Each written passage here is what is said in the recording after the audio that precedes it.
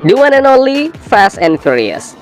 Film ke-8-nya rilis 2017 lalu, berarti udah 4 tahunan lah. Dan seri ke-9-nya finally rilis juga ya. Meski dibalik itu ada drama penundaan yang cukup berjelimet. Tanggal rilis yang berganti-ganti, ya maklumlah. Semua karena the fucking corona. Berarti film ke-9 ini jadi 2 dekade perjalanan film balap-balapan ini. Kapan tamatnya sih? Oke, apa yang berbeda dari film ini dengan film-film sebelumnya? Apakah masih sama? Atau ini bisa dibilang film yang epic? By the way, mohon maaf ya kalau kalian mendengar suara yang agak berisik di belakang, ya agak noisy. Noisy banget malah, karena lagi ngerekam di luar ruangan. Selamat datang di channel Kawan Review. Ini dia review singkat film Fast and Furious 9. Hey guys! Surprise!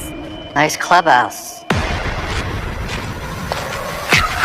Fast and Furious 9 atau F9 Fast Saga melanjutkan kisah Dom Toretto yang diperankan Vin Diesel menjalani kehidupan yang tenang dengan Letty dan putranya Brian kecil. Alih-alih hidup tenang yang panjang, ancaman justru mengintai mereka. Dom harus berhadapan dengan masa lalunya kalau mau menyelamatkan keluarga kecilnya itu. Bersama dengan wajah baru kali ini ada Dom's brother, Jacob, yang diperankan John Cena. Tokoh yang cukup mematikan, pesaing terberat Dom. Jujur, Fast and Furious ini menjebakku antara suka dan tidak. Beberapa hal terlihat ada improvement dari pendahulunya, tapi di banyak kesempatan semua kayak diulang-ulang. Treatment yang sama sepanjang 2 dekade ini dan akhirnya terasa basi. Ya, nanti kita bahas. Waralaba Fast and Furious ini cukup akrab di kita dengan melodrama dan segudang plot twistnya. Aksi kejar-kejaran mobil yang selalu stand out bahkan di film ke-9-nya. Justin Lin kembali dipercaya menggarap F9 ini.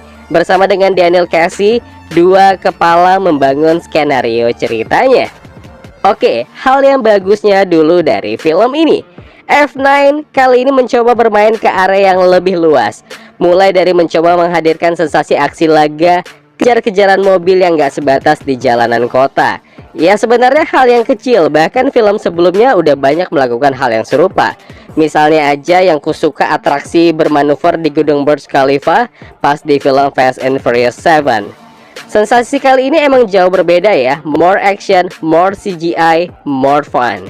That's it. Ya ini kayak bukan film Fast and Furious yang pernah kita kenal dari 20 tahun yang lalu. Oke lah, nanti kita bahas lagi aja. Kemudian chemistry para pemain yang makin deep, rasa family yang makin dapat. Meski tetap one of the best part tetap di Fast and Furious 7. John Cena adalah pilihan yang tepat buat film terbaru ini. Beruntunglah mereka nggak kembali pakai The Rock. Cukuplah Dwayne Johnson main di Hobbs and Shaw. Chemistry antara Vin Diesel dan John Cena bahkan teramat lebih baik ketimbang Dwayne Johnson dan Jason Statham. Good job. Ditambah ada kemunculan pemain lama, karakter lama, Han, yang dikira meninggal. Dan yang terakhir, aspek sinematografi yang fenomenal. Berkaca kembali kalau ini film aksi, memang seperti ini seharusnya. Asli, ini badass. F9 liar gak karuan. Oke, sekarang kita tutup buku. Mari beralih ke hal yang menjengkelkan dari film ini. Pertama, udah film ke-9 dan film ini masih tetap memakai ramuan yang sama dengan film-film pendahulunya. Dan bahkan satu hal yang paling mencolok di sini, hilangnya identitas Fast and Furious yang pernah ku kenal sejak 20 tahun silam. Ini ya gak beda jauh sama film Mission Impossible, John Wick, atau film-film drama action serupa. Sepanjang film aku nanya sama diri sendiri, apa yang membedakan film ini? Oke, baiklah, kalau sebatas trilogi, nah ini kan beda cerita. Ini film ke-9, ada 9 film yang udah pernah dirilis. Ditambah Hobbs and Shaw berarti ada 10 film Fast and Furious.